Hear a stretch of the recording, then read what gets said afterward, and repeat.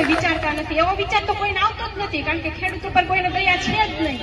અને હોસ્પિટલની વાત, મોટા મોટા કલાકારો, ગુજરાતમાં જ આપણા મોટા મોટા કલાકારો ભેગા થયા છે, તો કેમ કોઈ દિવસ કોઈ ખેડૂતોની વાત જ નથી કરતા? એ પણ ખેડૂતના દીકરા હશે ને, અને નો હોય તો ખેડૂતનું જ પકવેલું ખાય છે ને. કેમ એ કોઈને નથી દેખાતું? એ કેમ નથી સમજતા?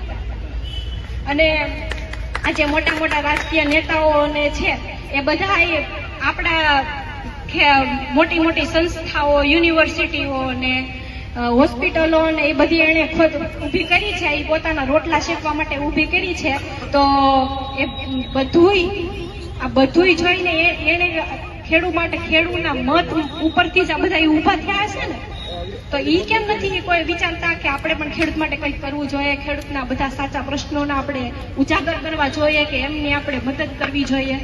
કેમ એ કાંઈ કોઈને દેખાતું જ નથી?